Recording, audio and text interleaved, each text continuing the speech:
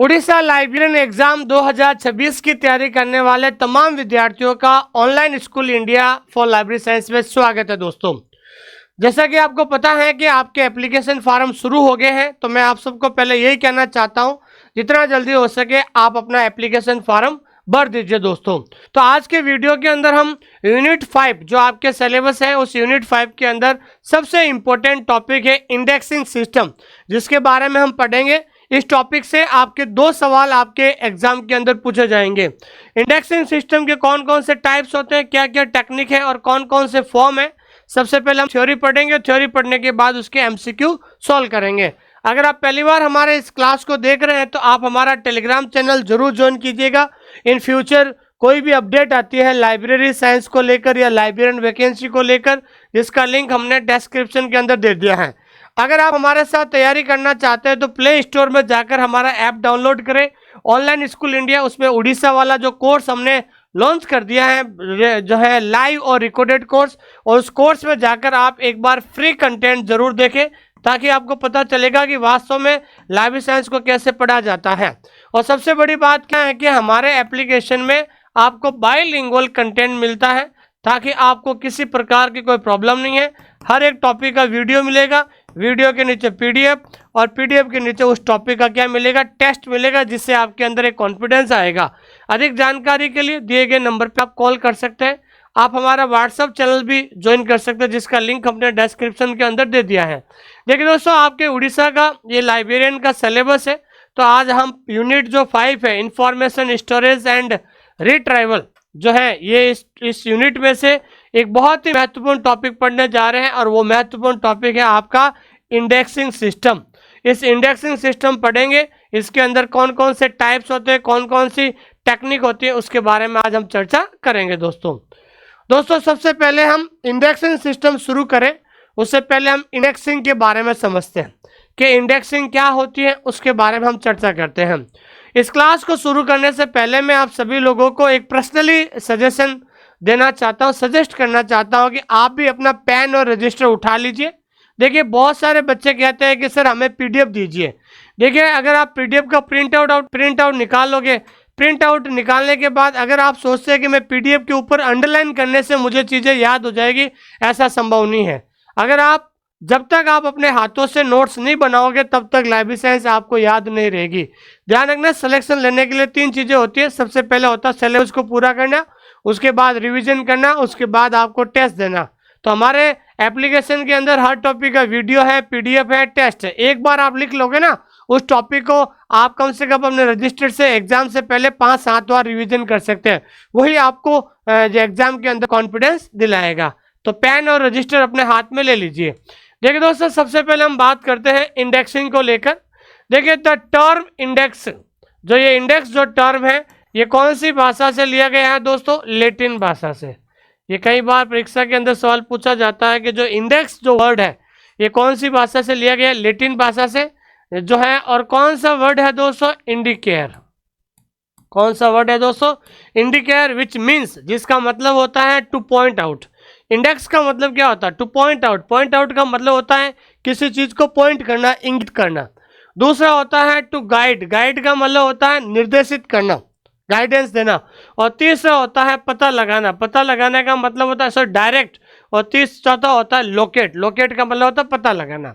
देखिए, ये जो शब्द इंडेक्स है, ये इंडेक्स शब्द आपके ध्यान रखना है कि लैटिन जो वर्ड है, लैटिन वर्ड के जो इंडिकेट जो शब्द है, यहाँ से लिया गया है, जिसका मतलब होता है to point out, to guide, to direct और टू लोकेट। मतलब इंडेक्सिंग क्या होता है? जिसे अपन कोई भी चीज़ आसानी से ढूंढ सकते हैं, ठीक है ना, आसानी से लोकेट कर सकते हैं, किसी को गाइड कर सकते हैं और पॉइंट आउट कर सकते हैं, ठीक है। देखिए, एक अकॉर्डिंग टू बीएसआई का मतलब होता है British standard institute, an index is a systematic guide to the text of the any reading material. ध्यान रखना, इंडेक्स क्या है? इंडेक्स ध्यान रखना, कोई भी जो पठन सामग्री होती है, जो स्टडी मटेरियल होता है, उसका क्या है कि एक जो है कलेक्शन डेटाबेस है। कलेक्शन डेटाबेस का मतलब क्या होता है? और to the content of other collected documentary material, कि जो भी डॉक्यूमेंट्री मटेरियल आपकी लाइब्रेरी के अंदर है, सारे डॉक्यूमेंट्री मटेरियल कहाँ कहाँ पर स्थित है, उसका एक इंडेक्स बनाया जाता है। ताकि जब भी लाइब्रेरी के अंदर यूजर आता है, अगर वो यूजर उस इंडेक्स को देखता है तो इंडेक्स से उसको पता चल जाता है कि कौन सी चीज कहाँ पर है। आपने देखा होगा जैसे आपकी कोई किताब है, उस किताब के शुरू स्टार्टिंग पेज में वहाँ पर किताब की इंडेक्स दी हुई होती है कि ये टॉपिक इस पेज पे मिलेगा, ये टॉपिक इस पेज में मिलेगा। उसी तरीके से ध्यान रखना है कि indexing is a system guide to the text of any reading material and to the contents of other collected documentary material. ठीक है, उसके बाद सामग्री के लिए एक व्यवस्थित मार्गदर्शिका है जिसमें वर्ण अनुक्रम या अन्य चुने हुए क्रम में व्यवस्थित शीर्षकों के साथ प्रविष्टियों की एक श्रृंखला शामिल है, जिसके अंदर बहुत सारे एंट्रीज होती है और एंट्रीज हमेशा वहां पर कैसे होती है, अल्फाबेटिकल होती है और संदर्भ के साथ दिखाया जाता है कि अनुक्रमित प्रत्येक आइटम कहाँ स्थित है। मतलब इस इंडेक्सिंग में कौन सा आइटम कहाँ पर स्थित है ये इंडेक्सिंग में होता है। और इंडेक्सिंग में हमेशा प्रत्येक जो आइटम जो होता है वो हमेशा उनको अल्फाबेटिकली अरेंज किया जाता है। And the process of preparing an index, और जो इंडेक्स को प्रिपेयर करने का जो प्रोसेस होता है उसे हम क्या कहते हैं दोस्तों, उसे हम इंडेक्सिंग कहते हैं। क्या कहते हैं, indexing. The process of preparing an index, index को प्रोसेस करने प्रिपेयर करने का जो प्रोसेस होता है उसे हम क्या कहते हैं दोस्तों, इंडेक्सिंग कहते हैं। अब हम बात करते हैं यहाँ पर मेथड ऑफ इंडेक्सिंग, यानी इंडेक्सिंग के कौन कौन से मेथड होते हैं, कौन कौन सी विधियाँ होती है। तो सबसे पहले हम बात करते हैं on the basis of the material management. भाई लाइब्रेरी साइंस के अंदर जो भी जो स्टडी मटेरियल है या टेक्स्ट मटेरियल है उनके बेसिस के आधार पर various methods of indexing have been divided into 2 parts, यानी इंडेक्सिंग सिस्टम को 2 भागों में बांटा है, इंडेक्सिंग मेथड को 2 भागों में बांटा है। पहला जो होता है वो होता है प्री कोऑर्डिनेट इंडेक्सिंग। क्या कहते हैं दोस्तों, प्री कोऑर्डिनेट इंडेक्सिंग। तो कहने का मतलब ये है कि कई बार पूछा जाता है कि जो इंडेक्सिंग सिस्टम है या इंडेक्सिंग मेथड है उसको 2 भागों में बांटा है। पहला है प्री कोऑर्डिनेट, पहला कौन सा दोस्तों, प्री कोऑर्डिनेट, और दूसरा होगा पोस्ट कोऑर्डिनेट। दूसरा क्या है दोस्तों, पोस्ट कोऑर्डिनेट। ठीक है, तो पहला आपको ध्यान रखना है कि इंडेक्सिंग सिस्टम के 2 पार्ट होते हैं। पहला होता है प्री कोऑर्डिनेट इंडेक्सिंग। अब प्री कोऑर्डिनेट इंडेक्सिंग में कौन कौन से एग्जाम्पल आते हैं, पहला आता है चेन इंडेक्सिंग, दूसरा आता है प्रेसिस और तीसरा आता है पॉप्सी। बहुत इंपॉर्टेंट सवाल है, कई बार पूछा जाता है कि which of the following is not related to pre coordinate indexing, के निम्नलिखित में से कौन सा प्री कोऑर्डिनेट इंडेक्सिंग से संबंध नहीं रखता है। तो ऑप्शन है इंडेक्सिंग, चेन इंडेक्सिंग, प्रेसिस और पॉप्सी। ये तो तीनों किसमें प्री कोऑर्डिनेट इंडेक्सिंग के, तो एक कोई चौथा और एग्जाम्पल दे सकते हैं। तो इसलिए ध्यान रखना है आपको कि प्री कोऑर्डिनेट इंडेक्सिंग में 3 चीजें आती है, इंडेक्स, चेन इंडेक्सिंग, प्रेसिस और तीसरा कौन सा दोस्तों, पॉप्सी है। और दूसरा जो पार्ट होता है इंडेक्सिंग का वो होता है पोस्ट कोऑर्डिनेट इंडेक्सिंग। क्या होता है दोस्तों, पोस्ट कोऑर्डिनेट इंडेक्सिंग होता है। जैसे पहला होता है यूनिटर्म इंडेक्सिंग, एग्जाम्पल है, दूसरा है क्विक इंडेक्सिंग, तीसरा है साइटेशन इंडेक्सिंग, चौथा है optical coincidence card, batten card and peek-a-boo. ये आपके ध्यान रखना है, पोस्ट कोऑर्डिनेटिंग इंडेक्सिंग के एग्जाम्पल है।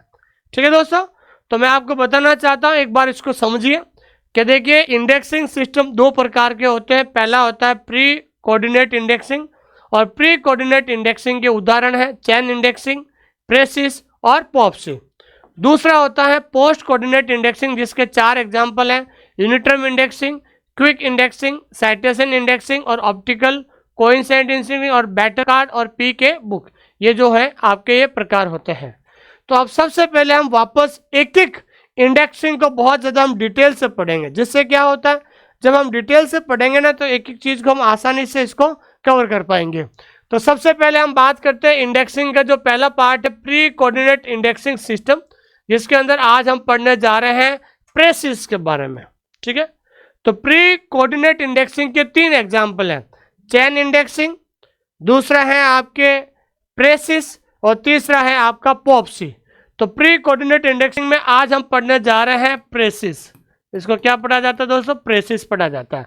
देखिए सबसे पहले आपका सवाल क्या बनेगा कि what is the full form of precious, कि प्रेसिस की फुल फॉर्म क्या होती है दोस्तों। तो आपको ध्यान रखना है, प्रेसिस की फुल फॉर्म होती है प्रिजर्व्ड कॉन्टेक्स्ट इंडेक्सिंग सिस्टम। ये बहुत इंपॉर्टेंट सवाल है, परीक्षा के अंदर सवाल पूछा जाता है कि what is the full form of precious, यानी प्रेसिस की फुल फॉर्म क्या है? तो प्रेसिस की फुल फॉर्म है प्रिजर्व्ड कॉन्टेक्स्ट इंडेक्सिंग सिस्टम। क्या होता है दोस्तों? प्रिजर्व्ड कॉन्टेक्स्ट इंडेक्सिंग सिस्टम होता है। तो precious preserved context indexing system is a computer assisted pre coordinate subject indexing system होता है। तो ये भी पूछा जाता है, पहला सवाल तो बनेगा कि what is the full form of precious, precious की फुल फॉर्म क्या है।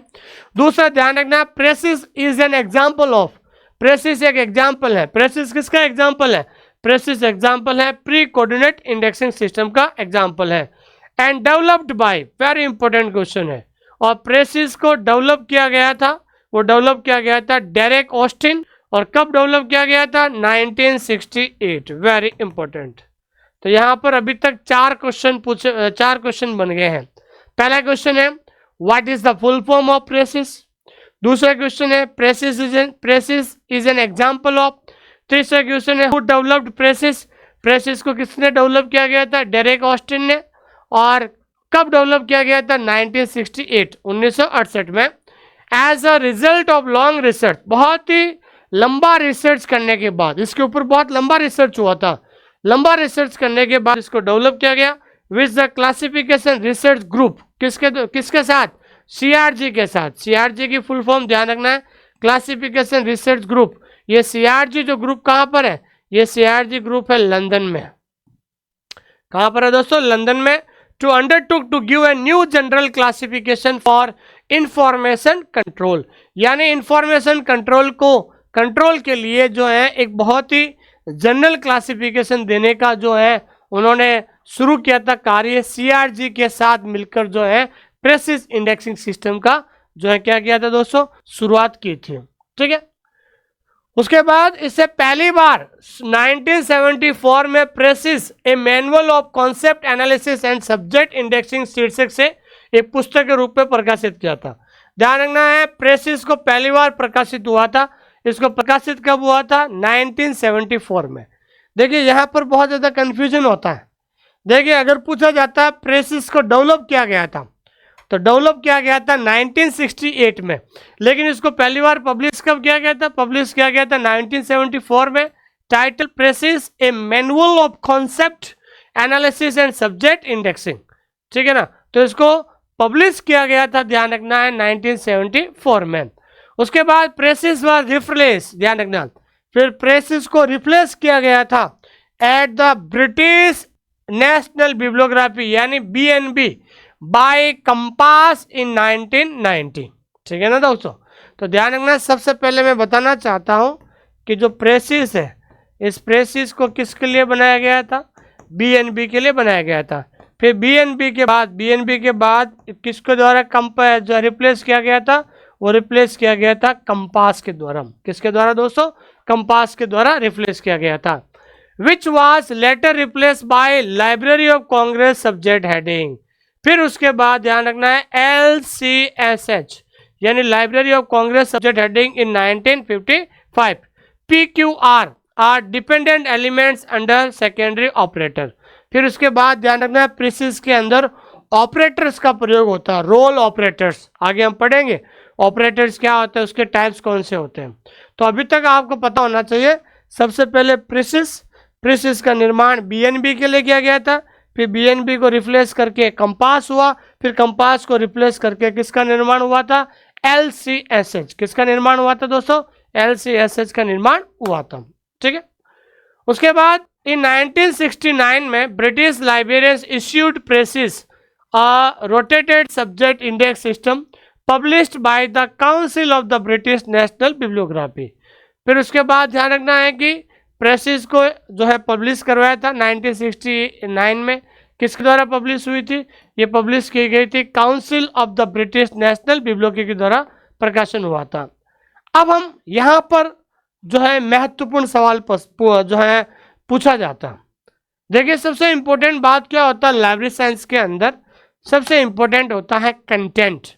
अगर आपको जो है सिस्टमेटिक अगर आपको कंटेंट मिल जाता है तो आपको घबराने की जरूरत नहीं है। तो हमने आपको क्या कहा था? आपके पास 18 जून है, 18 जून, बिफोर 18 जून से पहले कंप्लीट योर सिलेबस, आप अपना सिलेबस पूरा कर लीजिए, क्योंकि 19 जून के बाद हम आपको जो भी प्रीवियस ईयर के जो क्वेश्चन पेपर है विद आंसर, फिर फॉर लास्ट 15 ईयर्स, पिछले 15 साल के जो प्रीवियस ईयर के जो पेपर है उसकी पीडीएफ आपको हमारे एप्लीकेशन में आपको मिल जाएगी।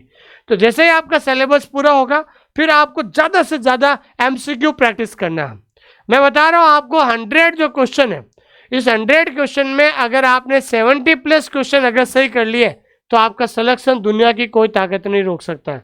हालांकि आपका सिलेबस काफ़ी बड़ा है, it will take some time, थोड़ा समय लगता है, लेकिन एक ध्यान रखना है, एक बार अगर आपका सिलेक्शन हो गया तो आपकी लाइफ सिक्योर हो जाएगी, आपका लाइफ बन जाएगी और आपका परिवार क्या हो जाएगा, सिक्योर हो जाएगा। दोस्तों it is very important opportunity for you, आपके लिए बहुत ही महत्वपूर्ण अपॉर्चुनिटी है, इसे डोंट मिस इट, इस अपॉर्चुनिटी को खोने मत देना।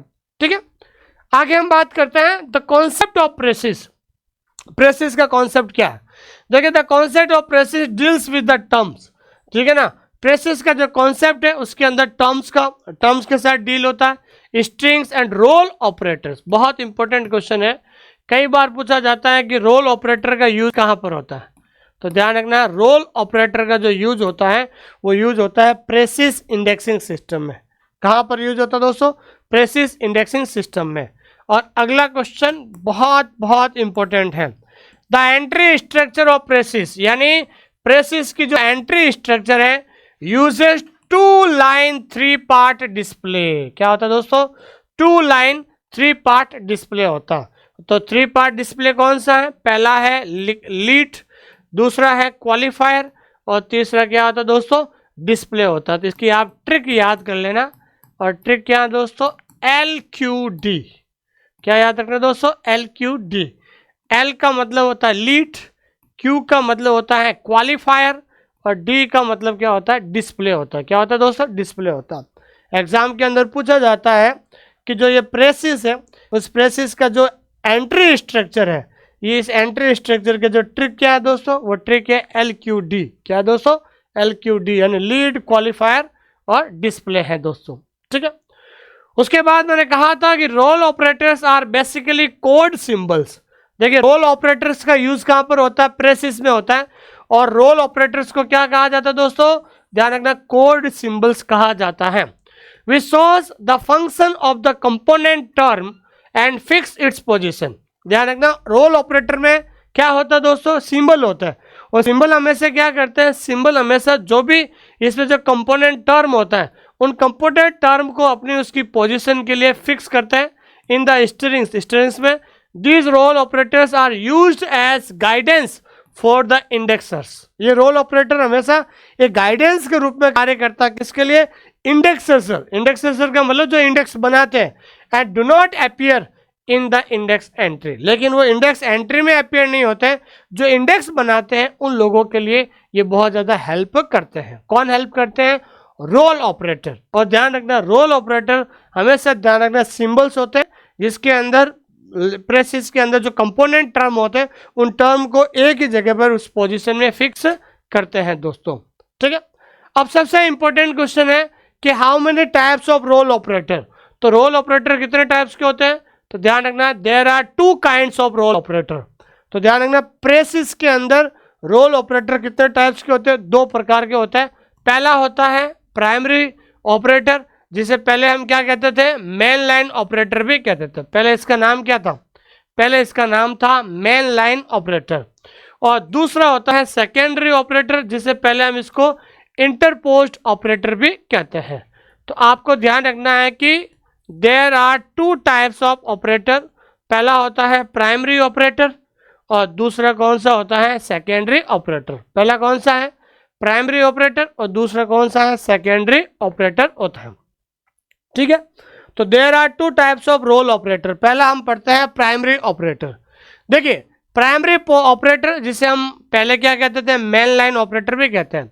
देखिए इसके अंदर environment of the core concept, इसका जो कॉन्सेप्ट है वो एनवायरमेंटल है। जैसे अब यहाँ पर आपको ध्यान रखना है कि 0, तो 0 पर क्या आता है? लोकेशन आता है। ये आपको याद रखना पड़ेगा।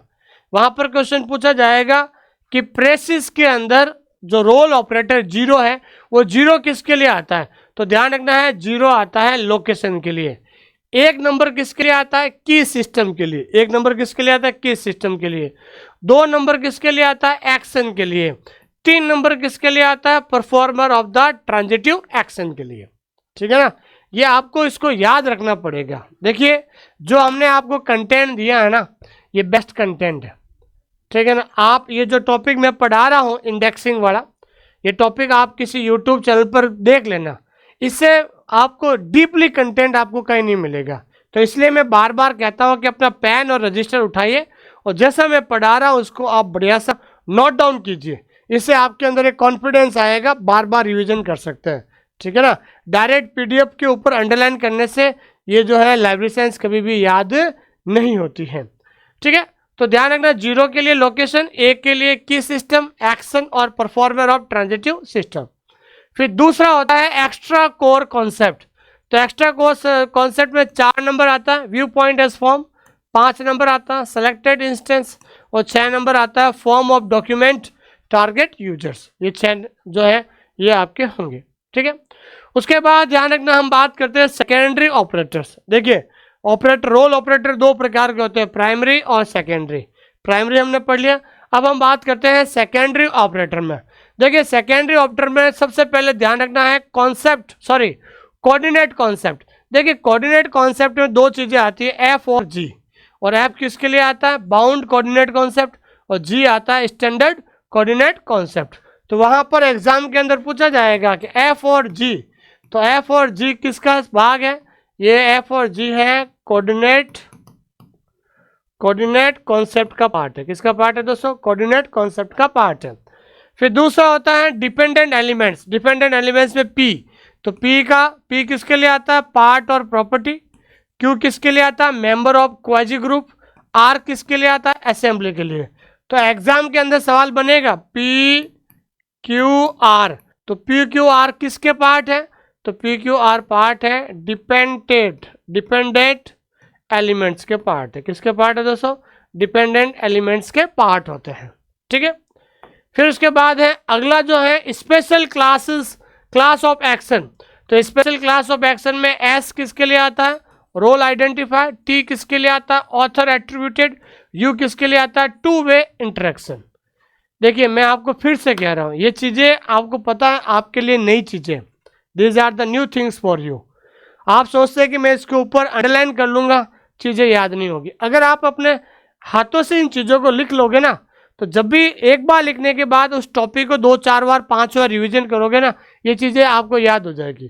फिर उसके बाद और अच्छा याद करने का तरीका क्या है कि ये टॉपिक मैंने पढ़ाया है, इस टॉपिक के करीबन 40 से 50 क्वेश्चन हमने आपको जो है इस टॉपिक के नीचे दे दिया है। तो इस टॉपिक पढ़ने के बाद जब 40-50 क्वेश्चन अगर आप सोल्व करोगे ना, तब आपके अंदर एक कॉन्फिडेंस आ जाएगा दोस्तों।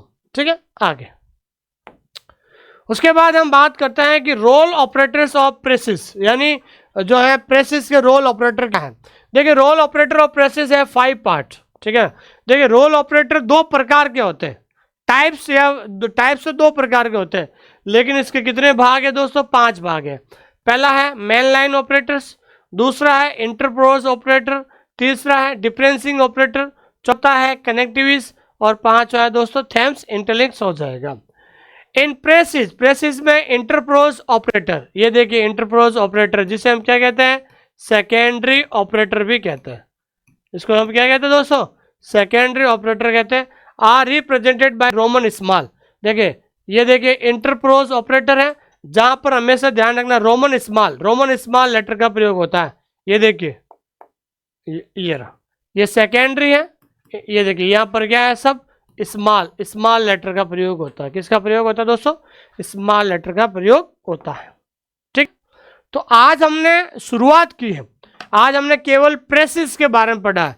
जब अगली क्लास होगी मेरी तो उसके अंदर हम पॉपसी के बारे में पढ़ेंगे, चेन इंडेक्सिंग के बारे में पढ़ेंगे, फिर उसके बाद पोस्ट कोऑर्डिनेटिंग इंडेक्सिंग के बारे में पढ़ेंगे। तो अगली क्लास जो है उसके अंदर हम आगे से इसका जो टॉपिक है बड़े डिटेल से पढ़ेंगे।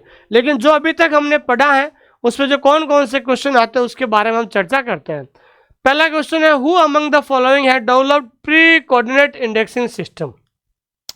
प्री कोऑर्डिनेट इंडेक्सिंग सिस्टम के कौन से उदाहरण है? ये है डायरेक्ट ऑस्टिन, क्योंकि डेरेक ऑस्टिन ने किसका डेवलप किया गया था? प्रेसिस ने। और डॉक्टर एस आर रंगनाथन, तो डॉक्टर एस आर रंगनाथन ने किसका यूज किया था, किसका प्रयोग किया, किसको डेवलप किया था? चैन इंडेक्सिंग। तो ध्यान रखना, चैन इंडेक्सिंग और क्या कह सकते हैं, प्रेसिस, ये दोनों प्री कोऑर्डिनेट इंडेक्सिंग के उदाहरण है। तो क्या हो जाएगा इसके अंदर? सही ऑप्शन सी हो जाएगा, ANDR करेक्ट हो जाएगा। अगला क्वेश्चन है an example of post coordinate indexing system, कि पोस्ट कोऑर्डिनेट इंडेक्सिंग सिस्टम का उदाहरण कौन सा है? तो ये तो सारे हो गए प्री कोऑर्डिनेटिंग, तो पोस्ट कोऑर्डिनेटिंग इंडेक्सिंग सिस्टम का उदाहरण है यूनिटर्म इंडेक्सिंग। क्या दोस्तों? यूनिटर्म इंडेक्सिंग है। ठीक है, अगला क्वेश्चन है 3 डिस्प्ले कंपोनेंट्स ऑफ प्रेसिस। मैंने आपको ट्रिक भी बताई थी, और ट्रिक क्या बताई थी दोस्तों? LQD। तो LQD क्या हो जाएगा? Lead, qualifier and display. क्या हो जाएगा दोस्तों? लीड, क्वालिफायर एंड डिस्प्ले हो जाएगा। फिर उसके बाद हम बात करते हैं पीक ए बू। पीक ए बू किसका एग्जाम्पल है? तो मैंने बताया था पीक ए बू जो एग्जाम्पल है वो है आपके पोस्ट कोऑर्डिनेट इंडेक्सिंग। मैंने शुरुआत में बताया था प्री कोऑर्डिनेटिंग इंडेक्सिंग के एग्जाम्पल, और सामने बताया था पोस्ट कोऑर्डिनेटिंग इंडेक्सिंग सिस्टम। देखिए इन प्रेसिस के अंदर F और G इन सेकेंडरी ऑपरेटर, आपने पढ़ा था प्राइमरी ऑपरेटर और सेकेंडरी ऑपरेटर। तो F और G किसके पार्ट है? तो F और G पार्ट है कोऑर्डिनेटिंग कॉन्सेप्ट के। किसके पार्ट है दोस्तों? कोऑर्डिनेट कॉन्सेप्ट के पार्ट है दोस्तों। फिर हम बात करते हैं who developed the precious indexing system, यानी प्रेसिस इंडेक्सिंग सिस्टम को किसके द्वारा डेवलप किया गया था? वो डेवलप किया गया था डेरिक ऑस्टिन के द्वारा। किसके द्वारा दोस्तों? डेरिक ऑस्टिन के द्वारा जो है प्रेसिस इंडेक्सिंग को डेवलप करवाया गया था। अगला क्वेश्चन है प्रेसिस को पहली बार कब डेवलप किया गया था, यानी कब इसको जो है डेवलप किया गया था? तो ध्यान रखना 1968 में। कब डेवलप किया गया था? 1968 में डेवलप किया गया था। अगला क्वेश्चन है precious is based on which type of indexing. जो प्रेसिस है किस प्रकार का इंडेक्सिंग का उदाहरण है या एग्जाम्पल है? तो वो एग्जाम्पल है प्री कोऑर्डिनेट इंडेक्सिंग सिस्टम। ठीक है, अगला क्वेश्चन है प्रेसिस जो है what does schema of PRECIS primarily use to maintain context. तो कॉन्टेक्स्ट को रखने के लिए कौन से जो है स्कीमा का यूज होता है? तो मैंने आपको बताया था प्रेसिस के अंदर हमेशा रोल ऑपरेटर का प्रयोग होता है। किसका प्रयोग होता है दोस्तों? तो प्रेसिस के अंदर हमेशा रोल ऑपरेटर का प्रयोग होता है। तो बहुत इंपॉर्टेंट क्वेश्चन है, आप सभी लोग क्वेश्चन का आंसर कमेंट करके जरूर बताइए मुझे। अगला क्वेश्चन है which organization first adopted PRECIS for its national bibliography. कौन से राष्ट्र ने नेशनल बिब्लियोग्राफी के रूप में उठाया और जो है उसको अडॉप्ट किया था? वो अडॉप्ट किया था BNB का मतलब होता है ब्रिटिश नेशनल बिब्लियोग्राफी ने। ठीक है, in PRECIS role operator, precious के रोल ऑपरेटर में ध्यान रखना ऑपरेटर 0। तो ऑपरेटर 0 किसके लिए यूज हुआ था? तो मैंने बताया था प्राइमरी ऑपरेटर में तो 0 हमेशा किसके लिए आता है? लोकेशन के लिए आता है। 1991 में BNB में प्रेसिस को किस प्रणाली के द्वारा बदला गया था? तो ध्यान रखना पहले BNB था, फिर उसके बाद BNB को हटाकर कंपास के लिए बदला गया था। किसके लिए? कंपास के लिए। 3 पार्ट स्ट्रक्चर, देखिए 3 पार्ट स्ट्रक्चर फिर से आ गया क्वेश्चन, जिसका सही आंसर है LQD, लीड, क्वालिफायर और डिस्प्ले हो जाएगा। फिर अगला क्वेश्चन है in PRECIS role operator the operator P किसके लिए आया दोस्तों? P आया है पार्ट और प्रॉपर्टी के लिए। किसके लिए आया दोस्तों? पार्ट और प्रॉपर्टी के लिए। ठीक है दोस्तों, ये क्लास कैसे लगा है जरूर कमेंट करके बताइए, और मेरे साथ साथ आप भी अपने पेन और रजिस्टर लेके नोट्स बनाइए दोस्तों। और मैं आपको बार बार कह रहा हूँ जब तक लिखोगे नहीं तब तक सीखोगे नहीं।